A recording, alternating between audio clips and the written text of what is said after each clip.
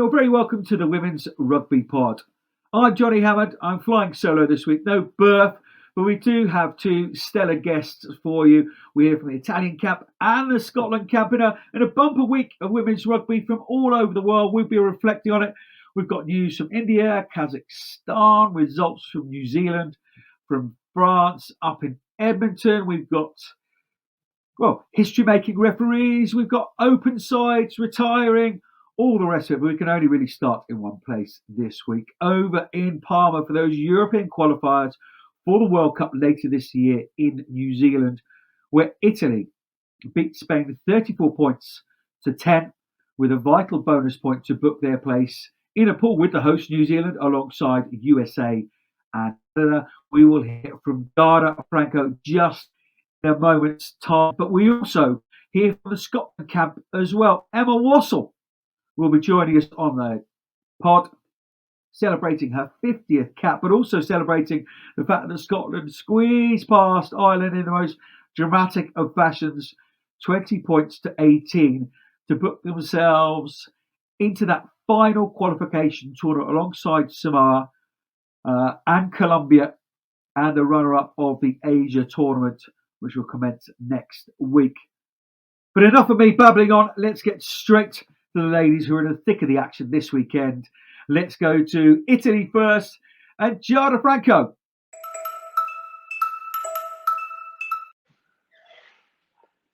What an absolute treat this morning on the Women's Rugby Pod to be joined by Giada Franco. Good morning, Giada. Good morning, Johnny. Nice to meet you. Lovely to see you. Just huge congratulations. How were the celebrations in celebrating now getting to a World Cup down in New Zealand?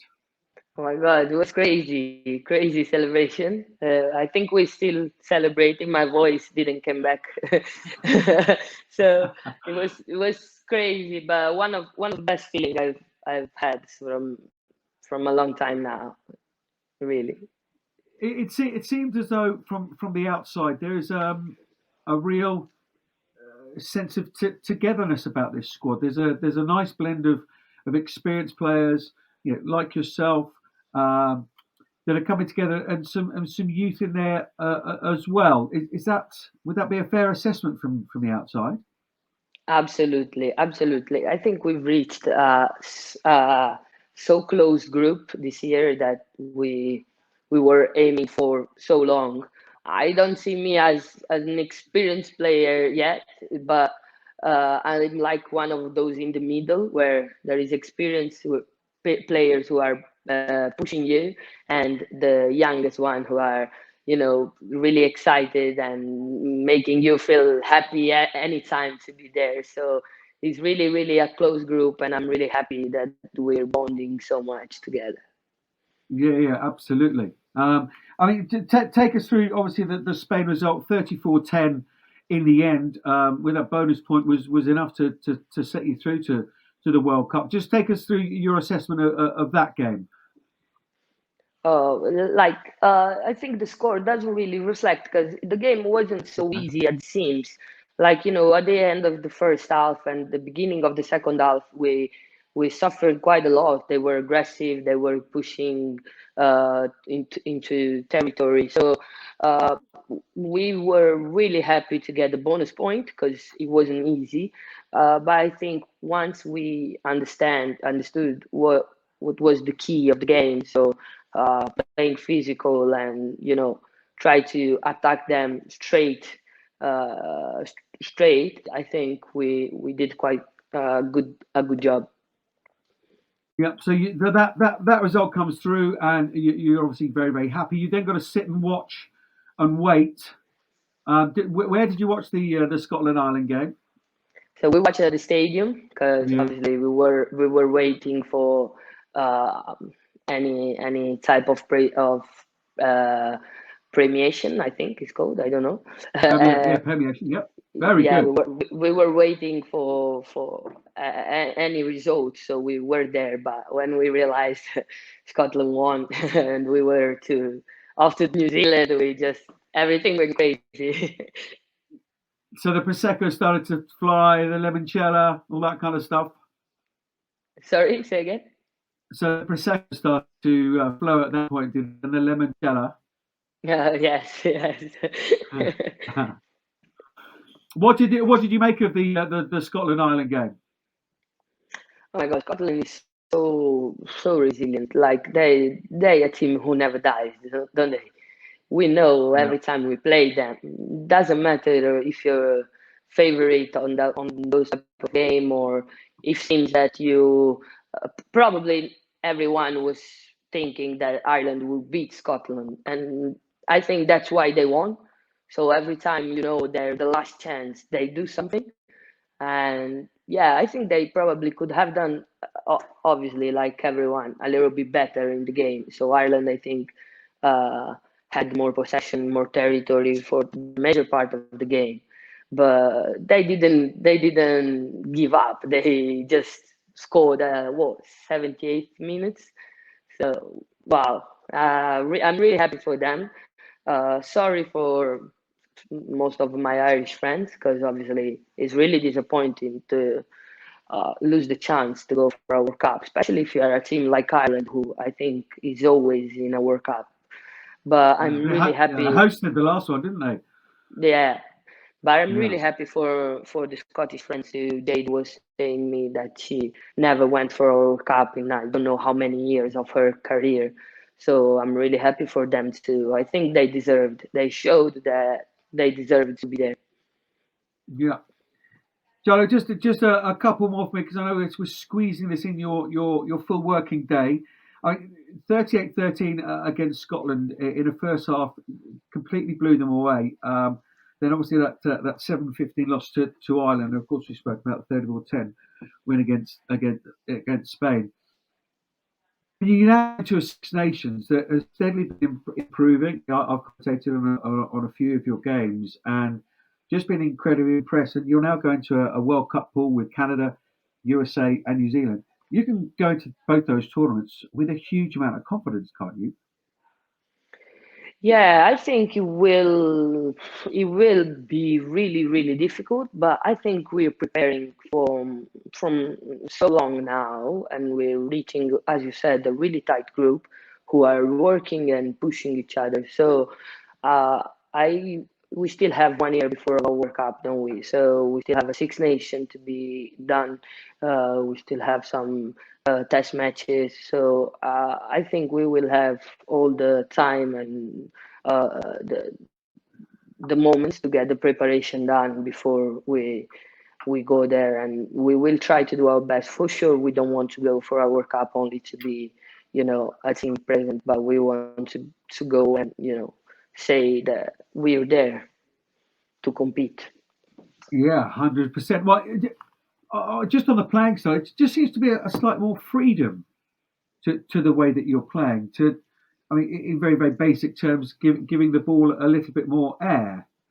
Yeah. Is that just purely a confidence thing, or is it a very much a conscious thing? As Andrea sort of drummed that into you a little bit? Yeah, let's have a bit more confidence in the way that we're playing.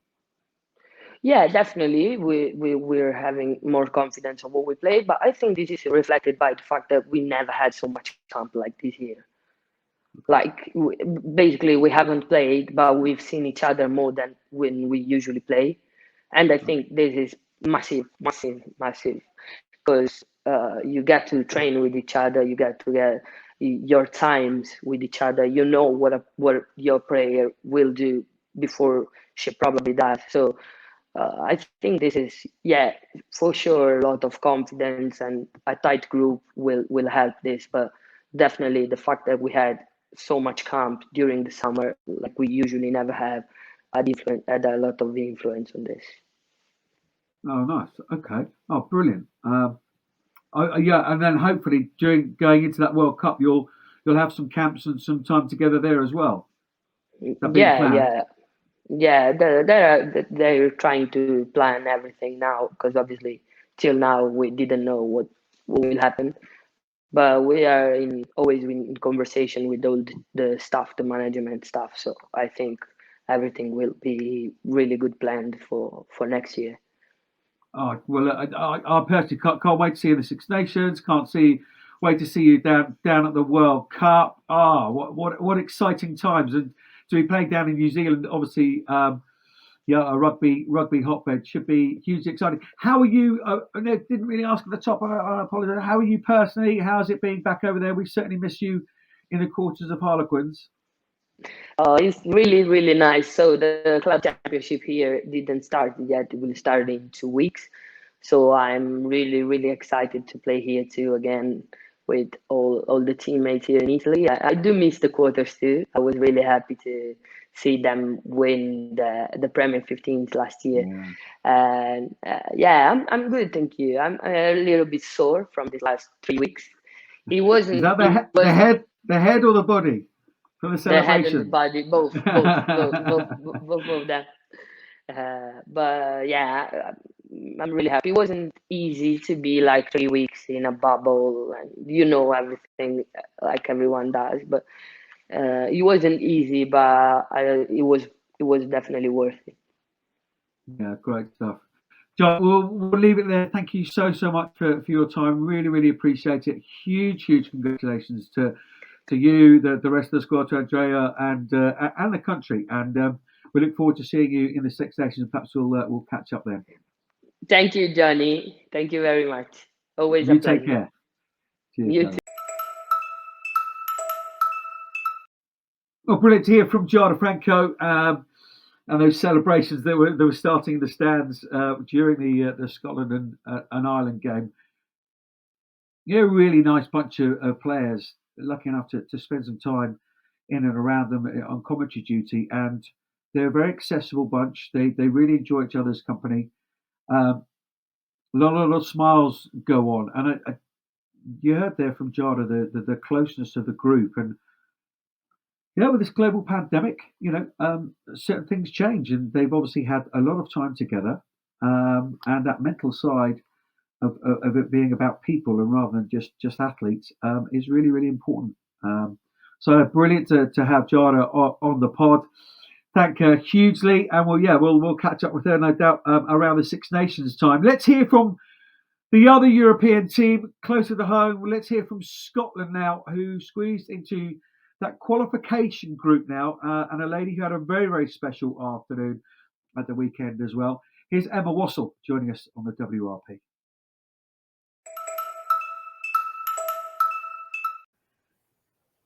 It is a very, very good morning to Emma Wassell, the lady who no doubt, what sort of cloud are we on now? Are we drifted back down to 6 or are we still up at 9? No, we're slowly bringing ourselves back down to reality now. It's quite a harsh reality, but no, it's still very ecstatic from the weekend, but back to the day job. Yeah, and let's start the conversation on a low, but that's the harsh realities of it, isn't it? That you played such a huge game, you give yourselves a chance at a World Cup, and then boom, you're back to it. Were you back to it yesterday or today? Yeah, yesterday. Yesterday, I was back in. It is much easier to go into work when you've won. It is much easier. So that's of course. What is the day job? Accountant. So I'm an auditor.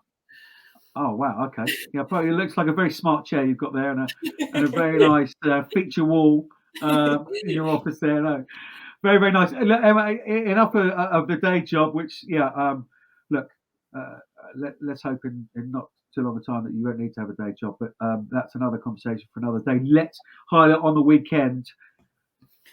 Huge congratulations. As I say, you've given yourselves a chance, 2018 over Ireland, to go into that pool with Colombia, Samoa, and the runner-up from Asia, isn't it? In there as well. Just take us through the gambit of emotions on Saturday. So I think obviously we didn't watch the game prior to us, so we didn't watch the Italy-Spain game. I went to warm up and I didn't. It was literally as we were running out to warm up, I just said to Rachel Malcolm, what was the score? And she obviously told me. So we kind of knew at that point what what we had to do to get to the repechage. We were never going to qualify outright, but it didn't really change anything at all. So yeah, I don't know. It was kind of a huge personal day for me in terms of getting my 50th cap, but it didn't. Again, that part of it didn't seem so big at the time, just because this game was really our final shot at it. I honestly can't even put into words the whole game. It was a very difficult game, but I can't say there was any point that I didn't think we could win it. Don't get me wrong, it was very close to the edge at the end, but yeah, it was highs and lows. Yeah, I mean, I guess it was one of those, you stay in a game, and you scored just before half time. Is that right? Yeah. If memory serves me right. Yeah, you watch a lot of games; they all mould into one.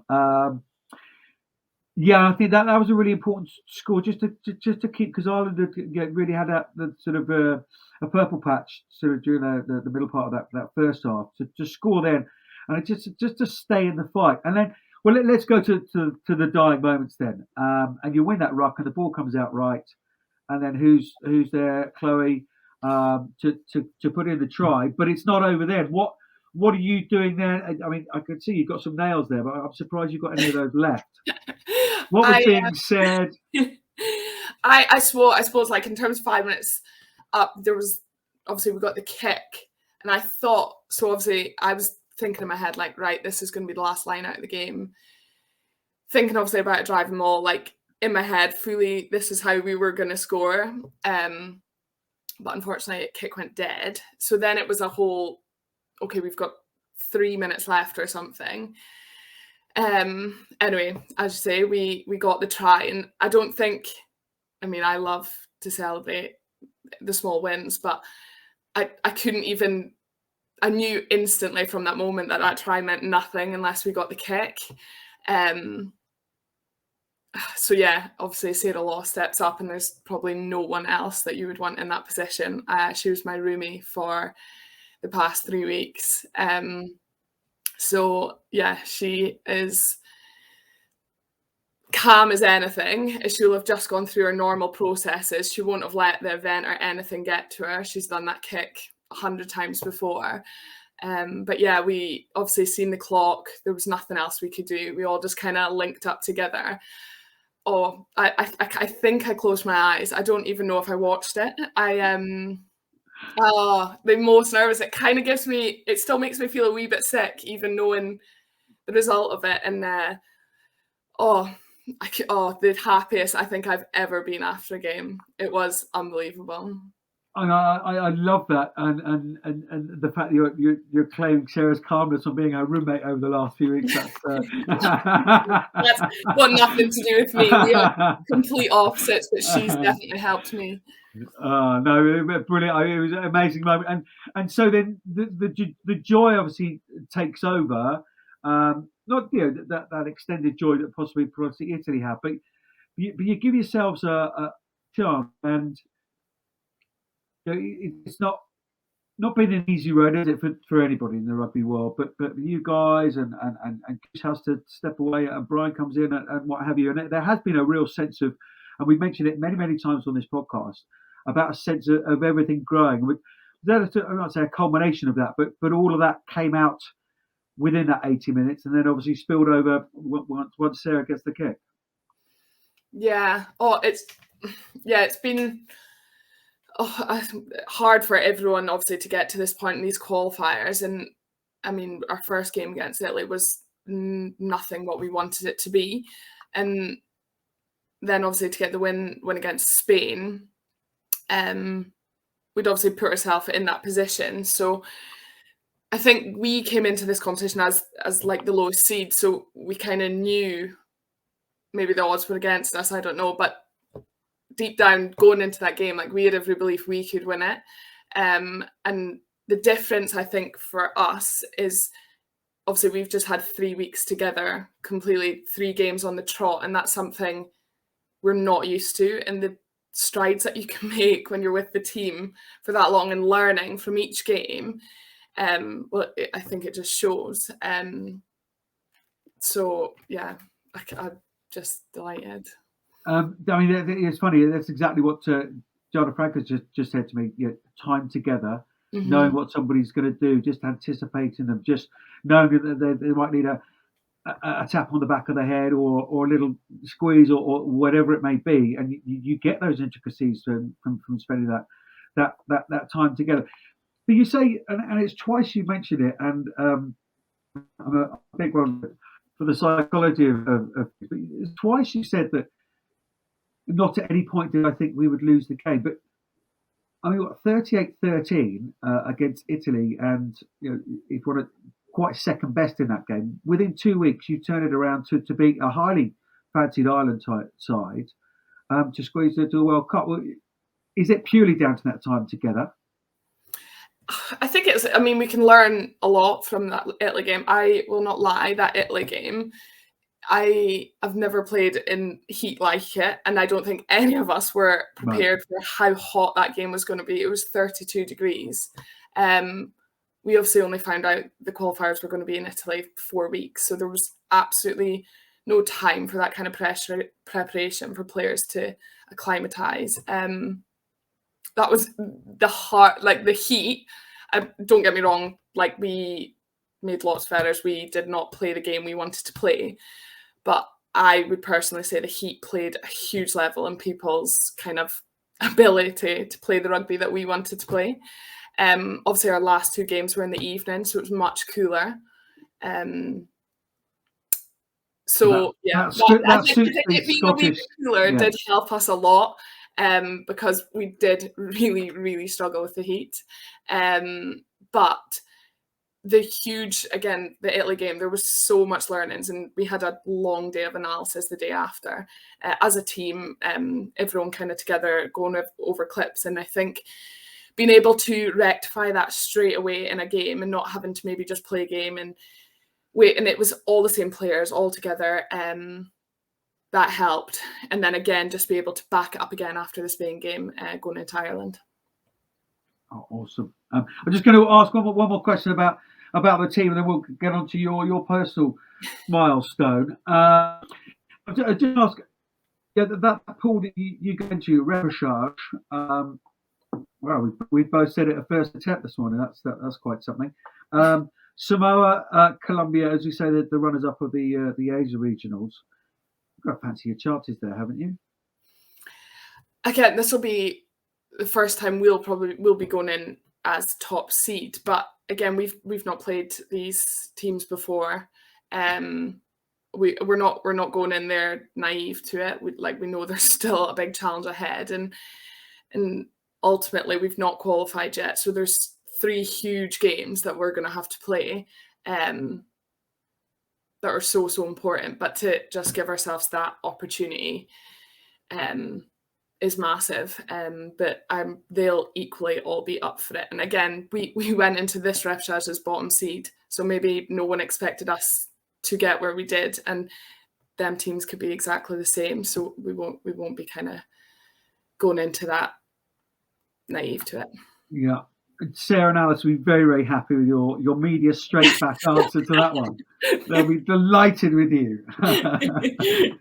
Now, Samoa, pop your tin hat on, and brace yourself for the physical. But no, you're battle hardened to these repechages now. You'll breeze through it, I'm sure. Let's get on to you personally. Your 50th cap. You've not missed a game.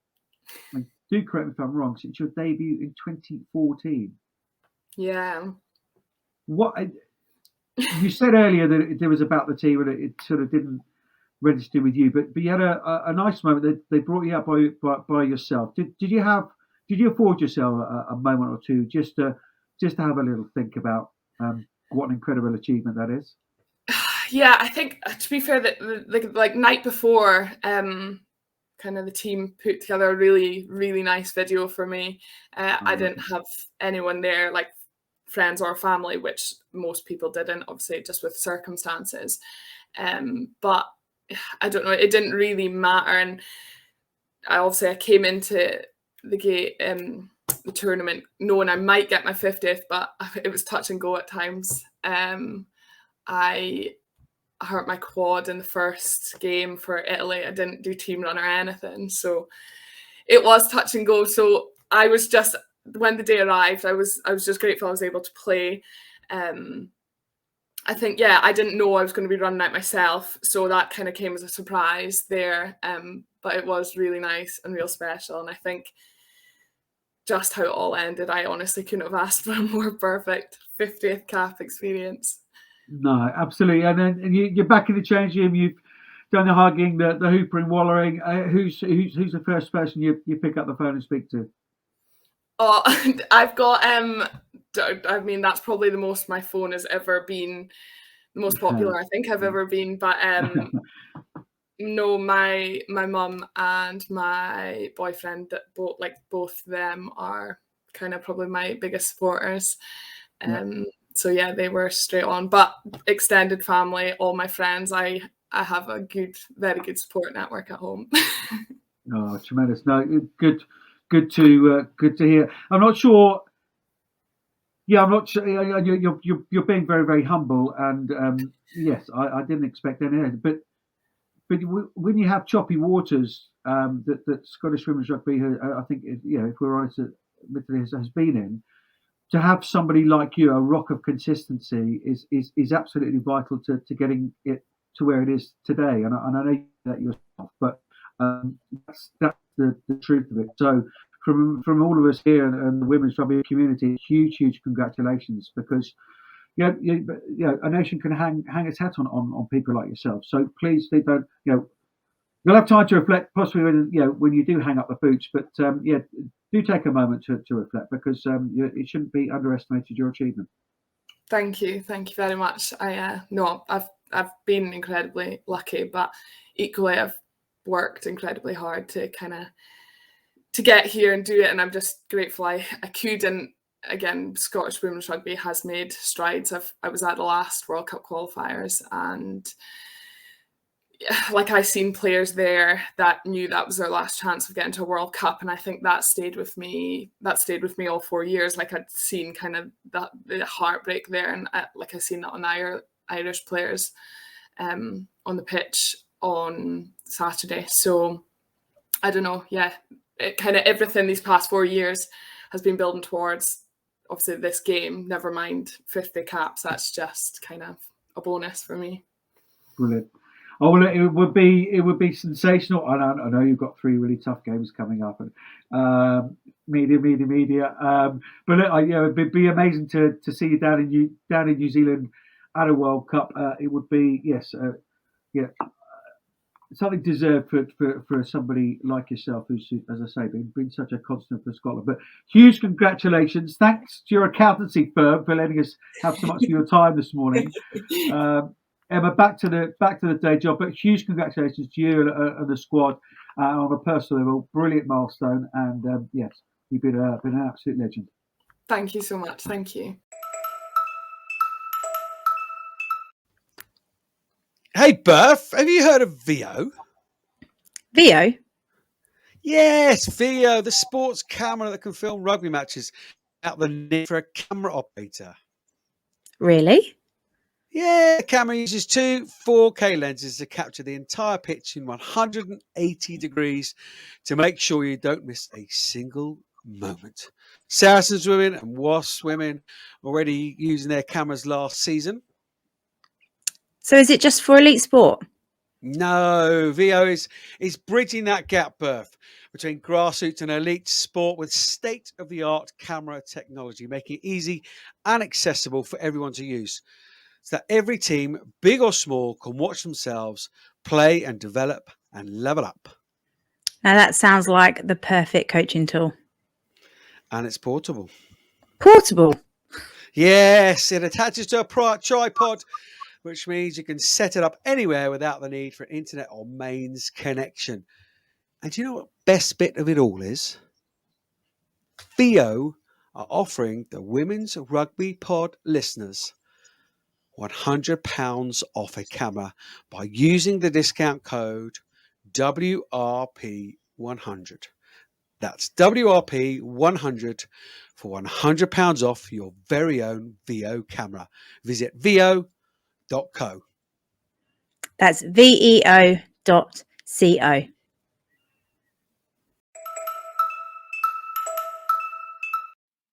Well, fabulous to have Emma on the pod. What an incredible achievement. 50 caps and not missed a game since her debut in 2014. That is real durability. And as I said to her there,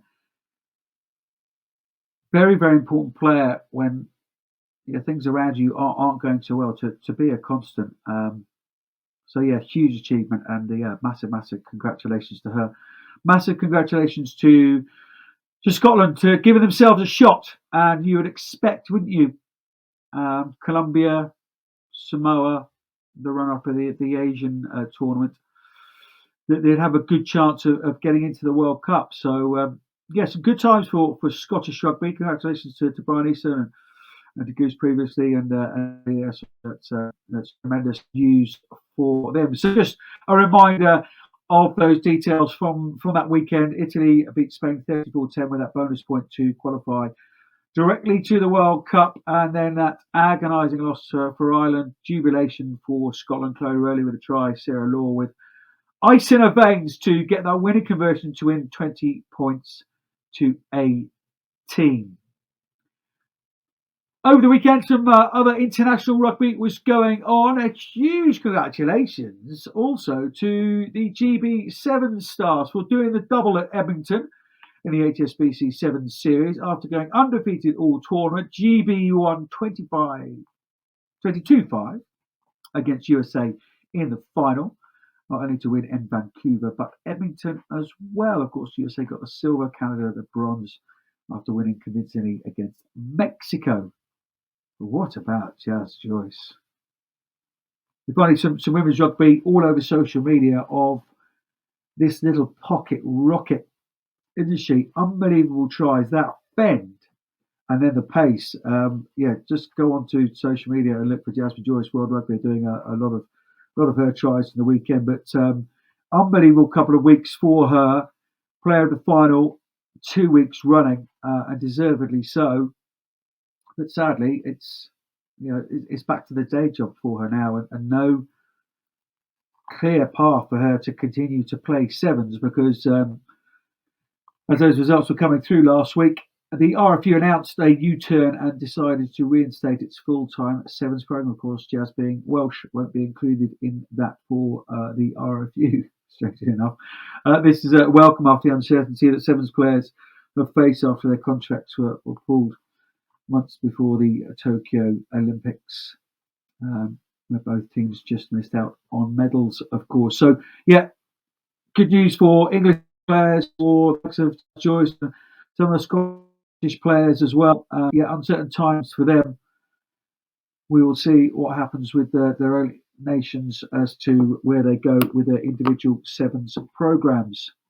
This Saturday, over to Kazakhstan. They are taking on Japan in the first round of the Asia Rugby Championship. Hot off the press, Barbarians news for you. They have announced their coaching team for their November game against South Africa. Joe Yap of Worcester Warriors and Rachel Taylor of Sale Sharks. Congratulations to those two. They've been a little coaching duo before, haven't they, in the victory over Wales. We're all very much looking forward to that Barbarians game. We'll bring you, no doubt, let's try and get inside the Barbarians camp that week. That would be tremendous. India. Big news coming out of India. Excuse me. The Indian RFU have entered into a 3-year deal with a Sindh state government that provisions have been made for players to be paid for camps and tournaments in addition to insurance and nutritional support. This has brought a 180-degree attitudinal shift, said Raul Bose, the Indian Rugby Board member.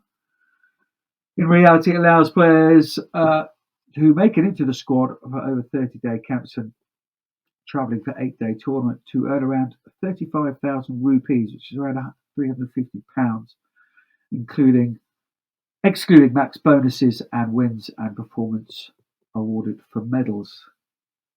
If India can do it, what are other nations doing? I think it's detailed. This article came from Susan Neal at ESPN. Thank you for discovering this one for us. And I just quote here: "We made a vow that no player would have to spend a rupee after they received a letter inviting them to national camps. Their transport from where they are in the country to a cinder in a flight or a first-class air-conditioned coach or of a train. Once they set foot in the campus, which is the home, everything is taken care of to the finite detail." This board member visited the camp in August, sat down and ate everything the players would eat to make sure the quality of the food and the supplements were bang on. They have a 24/7 caregiver to the team who's an ex-female rugby player for any after-hour emergencies and needs. They also have a dedicated gym on the campus with equipment that's been donated by the Japanese Rugby Union. Well done them. And players are covered on insurance both on their general health and rugby injuries. Other thing decided is to not have any teams flying out one day before a tournament just to cut costs, but to make sure they have at least a couple of days in advance. There's time to rest, train, and get ready. Superb news coming out of India. As I say, if things like that are happening in not a known rugby nation like India, it does make you question those rugby powerhouses and what they are doing with their international women's rugby programs. One of those powerhouses of rugby, France, their league has been back in action again. Pool A. Grenoble went down 27 points to 10 against Toulouse. Bobigny squeezed past Lens on the road 25-24. RC Rogmanat beat Stade Francais 48-5. In Pool 2, Blagnac put up an impressive 71-13 win over Lille. Stade Bordelais 31, Chili Malazan 7. Lyon were beaten by Montpellier 18-33 at home. The defending champion RC Rogmanat top Pool A with 9 points, and Montpellier and Blagnac tied top of Pool 2 on 10 points. That league takes a break for a week now, and it's back the following week. Meanwhile, over in New Zealand, the Farah Palmer Cup, Canterbury beat Otago. Wellington beat Bay of Plenty 41-34. Taranaki went down 19-35 to Hawke's Bay. Manawatu put on 85 points to Tasman 7. Next week, it's semi-finals, with Northland against Hawke's Bay and Waikato against Wellington, while Canterbury have a friendly against Manawatu. In Ireland, while the national team obviously devastated with the weekend's result, the club rugby was up and firing. Energia All-Ireland League with wins for Old Belvedere, Railway Union, Ballincog, Malone and UI Bohemian. It will be interesting to see how this league develops through its inaugural year.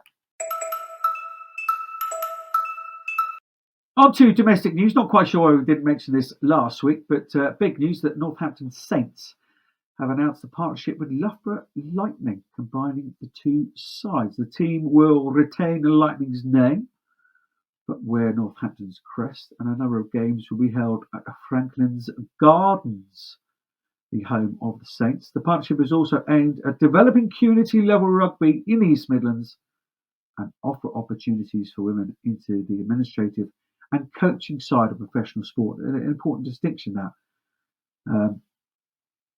don't have too many female coaches and administrators doing the top level of the game, and promoting those things is really, really good. It's interesting, isn't it, to see how these clubs are latching on, for want of a better word. You've seen that with Leicester and Lichfield. Yeah, I just wonder where things are going to go, whether we are just going to have literally a mirrored premiership for the women. We have said all along, haven't we, that I think Bert would agree, and I doubt she'll tell me if she doesn't, but the women have to forge its own path. It does not necessarily just following what the men are doing, though. Of course, the attractions of using facilities, rugby IQ, physios, strength and conditioning, all that kind of stuff is obviously hugely attractive and gives that a huge professional element to it. So it's a difficult path to tread, but there you are. Loughborough Lightning and Northampton Saints align. No Alliance Premier 15s games this week, although Gloucester Hartbury announced she was canny on the pod, wasn't she? Anna Capers. She wouldn't give us the lowdown, but she has joined Gloucester Hartbury, as has Christian Sumner.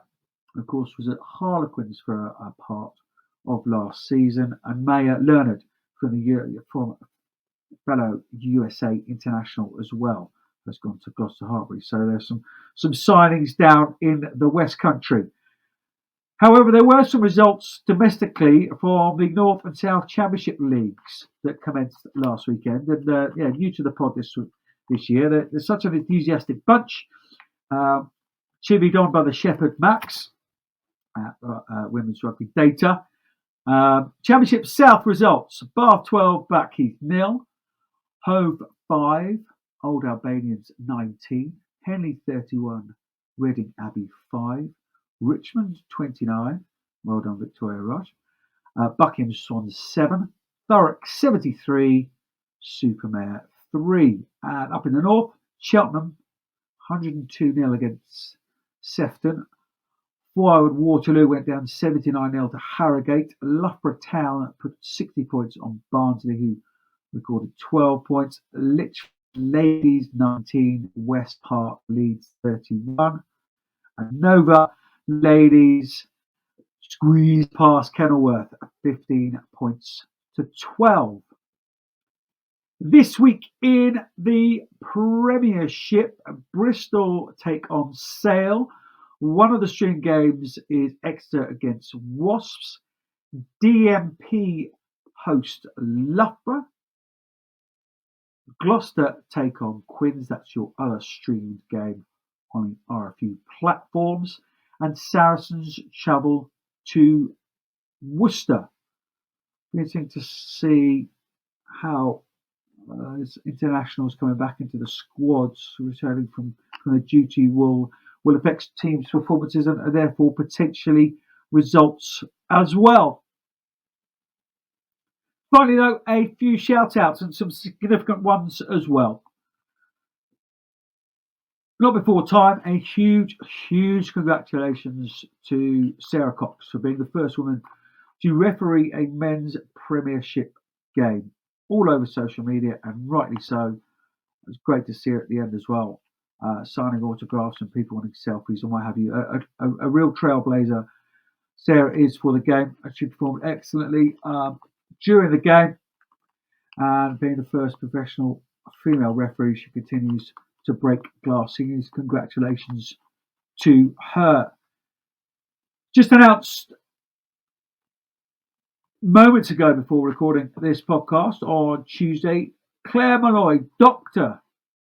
Claire Malloy, today announced her retirement from the international games. 74 caps for the open side, the open side's generation. Messages flying in from all over the world and from players as well, and that's hugely significant. You get the respect of the people you're playing against. It says it all, and there's huge amounts of those flying in for Claire. Huge congratulations from everyone here at the WRP, from both myself to you, Claire. A brilliant career. I did just pick out one tweet to Claire from Gary Street, the World Cup winning coach of 2014. I hate it every time you're in the opposition. Please take that as a compliment, and I'm sure she will. What a battle-hardened international she was. She did the green shirt. Very, very proud. So all the best with your next chapter, Claire.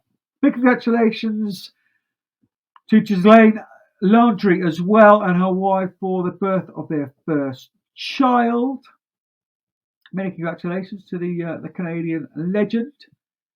And a big shout out for Le Crunch Militaire. The UK Armed Forces play the French military side, boasting appearances from Prem and Elite 1 players on both sides. So get down to the Portsmouth United Sports Ground if you can. It is a 7 o'clock kickoff tomorrow. That's Wednesday the 29th for the UK Armed Forces against the French military side. Yes, some proper players actually. Amy Cade's in there. Some big French names as well. But that's about it from us this week. Don't forget, you can get £100 off a VO camera with a code WRP100. If you fancy getting yourself seen around the place in some of our exclusive stash, then please go to www.hallbro.com/WR. Everything on there to keep you warm during the winter month. Coats, gilets, midlays, all the rest of it. Lots of technical clothing, which myself got no idea about whatsoever. But yeah, huge thank you for joining us this week. Great to hear from Emma and the Scotland camp. Brilliant to hear from Giada and the victorious Italians. Get in touch with us. Subscribe, rate, share our stories at Pod Women's Rugby across your socials. Yeah, Facebook, Instagram, Twitter, all the rest of it. We are there. Thank you to our guests, to Giada, to Emma. Huge thank you to the team behind this, Sean, Harry, Tom, Rugby Nut and Bluebell. We will see you next week. Until then, add more substance to your life and less spectacle.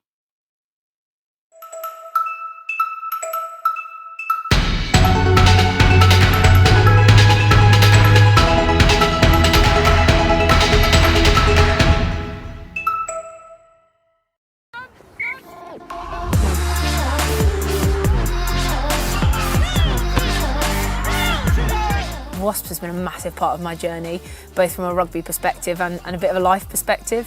It's an incredible club, there's so much history here. When I first walked through the door, I instantly fell in love with the club. The players wanted to be here. It's never dull, it's very exciting, it's a rich feedback environment and we need to respond to what happens out on the field. You only have to look at the league now to realise how close every single game is. I think at this top level, everything's about the margins. Analysis is the one thing that makes a difference at this point. VO's been brilliant because it allows us to see whether we're exploiting those gaps in defensive lines. It can also see how we're fixing our attack. There's the space. Doesn't look like it on the field, but these angles show you that from week to week. Having the vantage point of a VO really enables us to put that across to the players. It just gives us that extra dimension, I suppose, of the pitch that we're playing on. We can review our footage from training and yeah, it's been really useful. We had a lot of difficulties at first in the season of running across the field and the players were like, no, we're not, you want to have a look? And then you put the VO footage up for them and straight away it's like, oh my God. It's also opened our eyes to how much we need to do to work on that, which we've been able to do and has really improved the way we play. It enables us to look at, okay, this is our tactic when we get into this area of the field. Here's the footage to back up why we're doing that. VO's definitely helped me as an individual and a team, just to find those gaps, to progress the way that we analyse our games, and the way that we can do that then allows us to put on better performances when we come around to a game time.